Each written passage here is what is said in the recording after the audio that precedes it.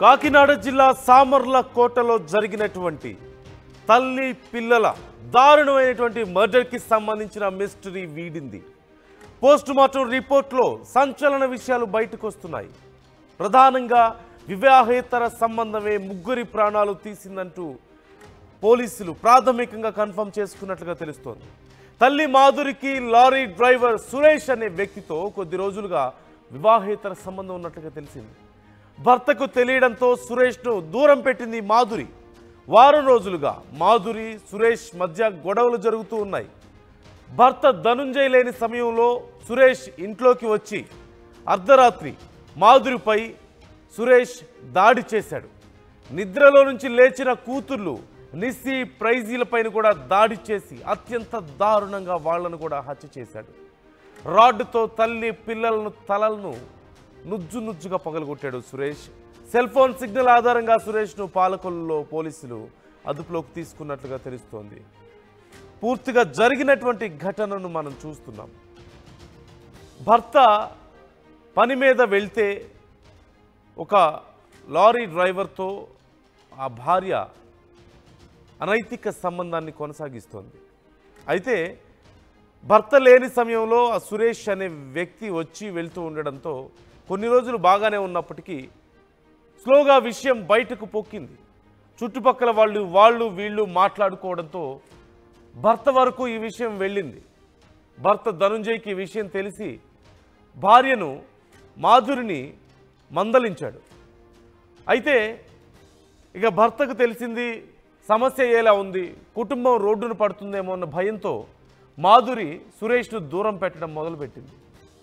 తన దగ్గరికి రావద్దని, తనను కలవద్దని, తన కాపురం పాడైపోతుందంటూ వేడుకుంది. అయితే సురేష్ మాత్రం ఈ దూరంతో పగ పెంచుకున్నాడు, కక్ష పెంచుకున్నాడు. నన్నే దూరం పెడుతుందా అంటూ మాధురిని ఎలాగైనా సరే ఏదో ఒకటి చేయాలంటూ ప్లాన్ చేసుకున్నాడు. అయితే పగలు సమయంలోనో, పగటి పూటనో, లేదంటే సాయంత్రం వేళలో ఖచ్చితంగా ఎవరైనా చూసే అనుమానం ఉంది, చూసే ప్రమాదం ఉంది.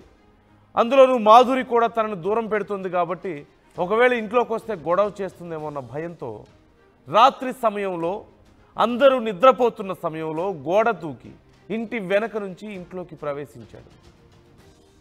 వచ్చిన తర్వాత మాధురికి సురేష్కి ఒకరితో ఒకరు మాటల యుద్ధం అయింది. తన దగ్గరికి రావద్దంటూ చెప్పింది, తన కాపురం నాశనం చేయొద్దంటూ వేడుకుంది. కానీ సురేష్ మాత్రం ఆ యువతి మీద కోపంతో దుర్భాషలాడుతూ అత్యంత దారుణంగా దాడి చేసినట్లుగా తెలిసింది. అయితే అదే సమయంలో నిద్రపోతున్నటువంటి చిన్నపిల్లలు నిస్సి ప్రైజులు కూడా నిద్ర లేవడంతో ఇక చేసేదేమీ లేక గొడవ పెద్దదై ఆ కోపంలో, ఆ ఉద్రేకంలో అక్కడే ఉన్నటువంటి ఒక రాడ్ తీసుకొని ఆ ముగ్గురు మీద అత్యంత దారుణంగా దాడి చేశాడు సురేష్. రాడ్డుతో కొట్టడంతో ఆ ముగ్గురు ప్రాణాలు కోల్పోయారు. అయితే పోస్ట్ మార్టం రిపోర్ట్లో వచ్చినటువంటి వివరాలు చూస్తే ఒళ్ళు గగుట్ పొడుస్తుంది. అసలు వీడు మనిషేనా అనిపిస్తుంది. ఆ రాడ్డుతో చాలా బలంగా దాడి చేయడం వల్ల మాధురి తల భాగమంతా కూడా ఛిద్రమైనట్లుగా తెలుస్తోంది. అలాగే చిన్న పాప తన మీద కూడా అలాగే రాడ్తో దాడి చేయడంతో ఆ పాప తల కూడా పూర్తిగా ఛిద్రమైంది. తలలో ఉన్నటువంటి ఎముకలు కూడా పూర్తిగా పగిలిపోయి తల ఛిద్రమైందంటే ఒక రాక్షసుడి కంటే దారుణంగా ఎంత దారుణమైనటువంటి దాడి చేశాడో మనం గమనించవచ్చు. ఈ నేపథ్యంలో పోస్ట్ మార్టంలో వచ్చినటువంటి వివరాలు మనం చూస్తున్నాం. ఇప్పటికే కేవలం రాడ్తో దాడి చేయడం కాకుండా ఆ చిన్న పిల్ల మీద కాలితో తొక్కడంతో ఆ పాప రిబ్స్ అన్నీ కూడా విరిగిపోయి గొంతు మీద తొక్కడంతో అక్కడ ఉన్నటువంటి కండరాలు, నరాలు అన్నీ కూడా ఛిద్రమైనట్లుగా తెలుస్తోంది. ఇంత కర్కశత్వమా, ఇంత దారుణమా? ప్రతినిధి ప్రకాష్ మనతో జాయిన్ అవుతున్నారు. ఫుల్ డీటెయిల్స్ తెలుసుకుందాం. ప్రకాష్, చాలా దారుణమైనటువంటి దాడి, వివాహేతర సంబంధం పూర్తిగా కుటుంబాన్ని నాశనం చేసినటువంటి పరిస్థితి మనకు కనిపిస్తోంది. ఆ పోస్ట్ మార్టం రిపోర్ట్లో ఇంకా ఏమేమి డీటెయిల్స్ తెలుస్తున్నాయి? ఇప్పుడు ప్రస్తుతం ఈ ఘటన, ఈ వివరాలు తెలిసిన తర్వాత కుటుంబ సభ్యుల పరిస్థితి ఏంటి? అసలు పోలీసులు ఏమేమి వివరాలు తెలియజేస్తున్నారు మనకు? నందు ఏదైతే కాకినాడ జిల్లా సోమలకోటలో జరిగినటువంటి త్రిబుల్ మర్డర్కి అయితే ఆల్మోస్ట్ దీనికి సంబంధించిన మిస్టరీ విన్నట్టుగా మనం ప్రధానంగా చెప్పాలి. ఇప్పటికే దీనికి సంబంధించినటువంటి తల్లి అలాగే ఇద్దరు కూతుర్ని కూడా అతి దారుణంగా కిరాతకంగా చంపి పరారైనటువంటి నిందితుడిని అయితే పోలీసులు ఎట్టకేలకు పశ్చిమ గోదావరి జిల్లా పాలకొల్లులో పట్టుకున్నట్టుగా మనకు వచ్చినటువంటి సమాచారం. పట్టుకుని విచారణ చేపట్టిన నేపథ్యంలో అనేక విషయాలు అయితే కూడా ఆ వెలుగులోకి వచ్చినటువంటి పరిస్థితి ఉంది. తానంతా కూడా ప్రధానంగా తాను దొరకడానికి గల ప్రధాన కారణం కూడా నిందితుడు ఎవరైతే బాధితుల మృతురాలు ఎవరైతే ఉన్నారో మాధురి సెల్ ఫోన్తో పాటు తన మొబైల్ ఫోన్ కూడా పట్టుకెళ్లిన నేపథ్యంలోనే సాంకేతిక ఆధారంగా పోలీసులు బృందాలుగా విడిపోయారు. తన కోసం అయితే పట్టుకునేందుకు కూడా వెళ్ళిన నేపథ్యంలోనే ఆ ఫోన్ 2 ఫోన్లు కూడా ట్రాక్ చేశారు. 2 ఫోన్లు ట్రాక్ చేసిన నేపథ్యంలోనే ఆ మాధురి సంబంధించినటువంటి ఫోన్ కొంత దూరం వెళ్ళిన తర్వాత తన ఫోన్ ఎక్కడైనా పాడేసి ఉండాలి, కొంత దూరం వెళ్ళిన తర్వాత ఆగిపోయినటువంటి పరిస్థితి ఉంది. తనదైతే ఆ పోలీసులు అయితే ఎట్టకేలకైతే తన పాలకొల్లో పట్టుకుని తీసుకొచ్చి విచారించిన నేపథ్యంలో ఎట్టకేలకైతే ఆ పోలీసులు విచారణలో మొత్తం జరిగినటువంటి ఘటనపై అంతా కూడా నిజాలు ఒప్పుకున్నట్టుగా మనకు వచ్చినటువంటి సమాచారం మాత్రమే. దీనిపై విషయాలు అయితే పోలీసులు అయితే తెలియజేయాలి. దీంట్లో మనం ప్రధానంగా చూసుకుంటే వివాహేతర సంబంధం మాధురితో అలాగే ఈ యొక్క అక్రమ సంబంధమే ప్రధానంగా. సంబంధం లేనటువంటి ఇద్దరు చిన్నారుల ప్రాణాలను కూడా అతి దారుణంగా బలి తీసినటువంటి పరిస్థితి ఉంది. అన్ని అభం శుభం తెలియనటువంటి చిన్నారులు అంటే తనకి ఒకవేళ తనతో వివాహేతర సంబంధం పెట్టుకుంది, తనదైతే దూరం పెట్టాలని కూడా చూసినటువంటి పరిస్థితి ఉంది. ఇటువంటి నేపథ్యంలోనే ఈ యొక్క విషయం అంతా కూడా సోమలకోటలో ఇద్దరికి కూడా గత కొన్నాళ్ళ నుంచి కూడా ఈ సురేష్ ఏదైతే సమీపంలో ఉన్నటువంటి సోమలకోట సమీపంలోనే ఆ యొక్క సురేష్ కూడా ఉంటుంటాడు. అతను లారీ డ్రైవర్గా కూడా పనిచేస్తున్నారు. తనకు కూడా వివాహం అయింది, 2 కుమారులు ఉన్నారు, 2 పిల్లలు కూడా ఉన్న నేపథ్యంలోనే ముఖ్యంగా ఇతనితో వివాహేతర సంబంధం అయితే ఏర్పడింది. గత కొన్నాళ్ళ నుంచి కూడా గుట్టు చప్పుడు కాకుండా ఏదైతే తన డ్యూటీకి రాత్రి సమయంలో వెళ్ళిపోయిన నేపథ్యంలో ఈ యొక్క వ్యవహారం అంతా కూడా గత కొన్నాళ్ళ నుంచి కూడా గుట్టు చప్పుడు కాకుండా సాగింది. ఈ యొక్క విషయం అంతా కూడా చుట్టుపక్కల అందరూ కూడా తెలిసినప్పటికీ ఎవరు కూడా చెప్పరాని పరిస్థితి, ఆ నోట ఈ నోట తెలిసినటువంటి పరిస్థితి ఉన్న నేపథ్యంలో ఈ యొక్క తన భర్త ఎవరైతే ఉన్నారో ఆ ధనుంజయ్ ప్రసాద్ కూడా విషయం కొన్నాళ్ళ క్రితమే తెలిసినటువంటి పరిస్థితి ఉంది. ఈ నేపథ్యంలోనే ఈ యొక్క సురేష్తో ఆ మాధురి కూడా చెప్పుకొచ్చింది, దీన్ని మనం దూరం పెడదాం, ఇక ఇటువంటి వ్యవహారం పిల్లలు కూడా ఎదుగుతున్నారు, మీకు ఇటువంటి ఇంకా మానేద్దామని కూడా చెప్పుకొచ్చిన నేపథ్యంలోనూ ఒక్కసారిగా అయితే తను గత కొన్నాళ్ళ నుంచి కూడా ఈ విషయం పైనే ఇద్దరి మధ్య కూడా వివాదం అయితే నలుగుతుంది, గొడవ అయితే జరుగుతుంది. కానీ మాధురి ఈ విధంగా దూరం పెట్టిన నేపథ్యంలోనే కక్ష పెంచుకున్నాడు. అలాగే ఆ సురేష్ కక్ష పెట్టుకుని గత వారం రోజుల నుంచి కూడా తాను ఒకనొక సమయంలో తాను కూడా డిప్రెషన్లో ఉన్నవి, తానే మొదటగా చనిపోదామనుకున్న ఆ పరిస్థితికి వచ్చాడంటూ కూడా మనకు వచ్చినటువంటి సమాచారం. ఆ నేపథ్యంలో తను కూడా చాలా రకరకాలుగా ఆలోచించుకున్నాడు. చివరికి వారం రోజుల తర్వాత గత రాత్రి శనివారం అర్ధరాత్రి సమయంలో తన ఇంటికి వెళ్ళడం, తన ఇంటికి వెనక భాగం నుంచి ప్రవేశించాడు. నిద్రలో ఉన్నటువంటి వాళ్ళనైతే తన ఎవరైతే మాధురి ఉన్నదో మాధురిని కూడా లేపారు. అప్పటికే మనం చూసాం, ఎవరైతే ధనుంజయ్ ప్రసాద్ కూడా నేను అది రోజు సాయంత్రమే డ్యూటీకి వెళ్ళిపోయాను కూడా క్లియర్ కట్గా చెప్పాడు. ఈ నేపథ్యంలో అదే అనువుగా చూసుకున్నాడు. అతను డ్యూటీలో ఉన్నాడా లేదని కూడా నిర్ధారించుకున్నటువంటి పరిస్థితి ఉంది. వెంటనే ఆ ఇంటికి వెళ్ళాడు. ఇంటికి వెళ్ళి తన మాధురితో కూడా గొడవ పడుతున్నారు. ఈ నేపథ్యంలో పిల్లలు నిద్రలో ఉన్న వాళ్ళు పైకి లేకుండా చూశారు. లేచిన నేపథ్యంలోనే తనని అప్పటికే కొడుతున్నటువంటి పరిస్థితి ఉంది. ఆ నేపథ్యంలోనే ఒక్కసారిగా పిల్లల్లో కూడా లేచిన నేపథ్యంలో ఆ కోపం ఆగ్రోశం తట్టుకోలేక తన పిల్లలపై కూడా దాడి చేసినటువంటి పరిస్థితి అక్కడ కనపడుతుందని మనకు ప్రధానంగా ఈ యొక్క కేవలం ఇన్వెస్టిగేషన్ మాత్రమే, పూర్తి వివరాలు అయితే పోలీసులు చెప్పాలి. కానీ అప్పుడు ఆ సమయంలో కొట్టిన వెంటనే అక్కడి నుంచి గోడ దూకి వెళ్ళి పారిపోయినటువంటి పరిస్థితి ఉంది. తను వచ్చేటప్పుడు కూడా ఆ గోడ దూకి వెళ్ళిపోయిన సమయంలోనే అక్కడ ఏదైతే ఒక అపార్ట్మెంట్ ఒక బిల్డింగ్ కూడా కడుతున్నారో అక్కడ కన్స్ట్రక్షన్ జరుపుతున్నటువంటి ఆ కర్రలు అలాగే రాడ్లు కూడా ఉంటాయి. అందులో ఓసలకు సంబంధించి వచ్చేటప్పుడు ఒక రాడ్ కూడా అక్కడి నుంచే పట్టుకుని వచ్చినట్టుగా మనకు వచ్చినటువంటి సమాచారం. అప్పుడైతే లోపలికి వెళ్ళడం, దాన్ని అయితే తనతో తెచ్చుకున్నటువంటి రాడ్డుతో పాటు తన ముందు మాధురిని కొట్టుతున్న నేపథ్యంలో పిల్లలు కూడా లేచారు. ఆ కోపంలోనే పిల్లలపై కూడా దాడి చేసి అతి దారుణంగా కిరాతకంగా ఇద్దరిని కూడా చంపినటువంటి పరిస్థితి ఉంది. మొత్తం మనం చూసుకుంటే చనిపోయిన తర్వాత అతనైతే పారిపోయే ప్రయత్నం చేసి అలాగే అక్కడ ఏదైతే ఇతర జిల్లాలకు రాత్రి మీదే ప్రయాణం చేశాడు. దూరం పశ్చిమ గోదావరి జిల్లా పాలకొల్లులో అయితే అక్కడికి వెళ్ళిపోయినటువంటి పరిస్థితి ఉంది. ఈ సీన్ ఇలా ఉంటే ఉదయం తన భర్త వచ్చి చూసేసరికి ఈ యొక్క రక్తపు మడుగులో అందరూ కూడా పడి ఉన్నటువంటి చూసి ఒక్కసారిగా షాక్కి గురయ్యాడు ఆ ప్రసాద్. వెంటనే పోలీసులకు సమాచారం ఇచ్చారు. తాళాలు వేసి మొత్తం అన్నీ ఉన్నప్పటికీ తాళాలు బద్దలు కొట్టి లోపలికి వెళ్ళినటువంటి పరిస్థితి అయితే కనబడుతుంది. ఈ నేపథ్యంలో మొత్తం ఈ యొక్క లోపలికి పోలీసులు వచ్చి క్లూస్ టీమ్ సహాయంతో మొత్తం అన్ని కూడా పరిశీలించినప్పటికీ ఆ డాగ్స్ ఏ విధంగా వెళ్ళాయో మొత్తం అన్ని కూడా పరిశీలించిన నేపథ్యంలో అక్కడి నుంచి ఆ ఇంటి వెనక భాగం నుంచి రోడ్డు భాగంలో ఆ జగనన్న కాలనీ వైపు వెళ్ళారు. అక్కడే సీసీ ఫుటేజ్లో కూడా తన దృశ్యాలు కూడా రికార్డ్ అయినటువంటి చంపినటువంటి పరిస్థితి ఉంది. మొత్తం ఈ యొక్క లొకేషన్ ఆధారంగా సీసీ ఫుటేజ్ల ఆధారంగా మొత్తం పోలీసులు ఇన్వెస్టిగేషన్ చేసిన నేపథ్యంలోనే ముఖ్యంగా మాధురికి సంబంధించిన ఫోన్ నెంబర్లను సేకరించి దానితో ఆ లొకేషన్ అంటే తన ఎప్పటి నుంచి కాంటాక్ట్లో ఉన్నాడు, ఎప్పటి నుంచి తనతో మాట్లాడుతున్నారని కూడా ఈ కాల్ డేటా సేకరించిన నేపథ్యంలో సురేష్ అనే వ్యక్తి కూడా వచ్చినటువంటి పరిస్థితి ఉంది. ఆ నేపథ్యంలోనే తన అనుమానం అయితే కరెక్ట్ అయింది. పోలీసులు విచారించగా తనతో కొన్నాళ్ళ నుంచి కూడా వివాహేతర సంబంధం ఉన్నట్టుగాను ఈ యొక్క దూరం పెడుతుందనే కోపంతో ఈ విధంగా చేసినట్టుగా కూడా పోలీసుల విచారణలో తనతో ఒప్పుకున్నట్టుగా మనకు వచ్చినటువంటి సమాచారం మాత్రమే. ఈ యొక్క విషయాలన్నీ కూడా ప్రస్తుతం స్థానికంగా సంచలనంగా మారింది. అభశుభం తెలియనటువంటి తన భార్య ఎవరైతే భార్యపై ఈ విధంగా చంపినట్టుపై వారిపై కఠిన చర్యలు తీసుకోవాలన్న పక్కన భర్త కన్నీరు మున్నీరుగా వెలిపిస్తున్నటువంటి ఘటన కూడా మనం చూస్తాం. ఈ నేపథ్యంలో మనం చూసుకుంటే ఈ ఘటనపై చుట్టుపక్కల ఉన్న వాళ్ళందరూ కూడా ఆగ్రహావేశాలతో అయితే ఊగిపోతున్నటువంటి పరిస్థితి ఉంది. ఎందుకంటే తనతోనే కోపం ఉంటే తనపైన చూసుకోవాలి, కానీ చిన్నారులు అభశుభం తెలియని చిన్నారులు ఏ పాపం చేశారంటూ కూడా అతను అతి దారుణంగా రాడ్డుతో ఎందుకు కుట్టారనే కోణంలోనే అందరూ కూడా కోపాగ్రహం అయితే అవుతున్నటువంటి పరిస్థితి ప్రధానంగా ఉంది.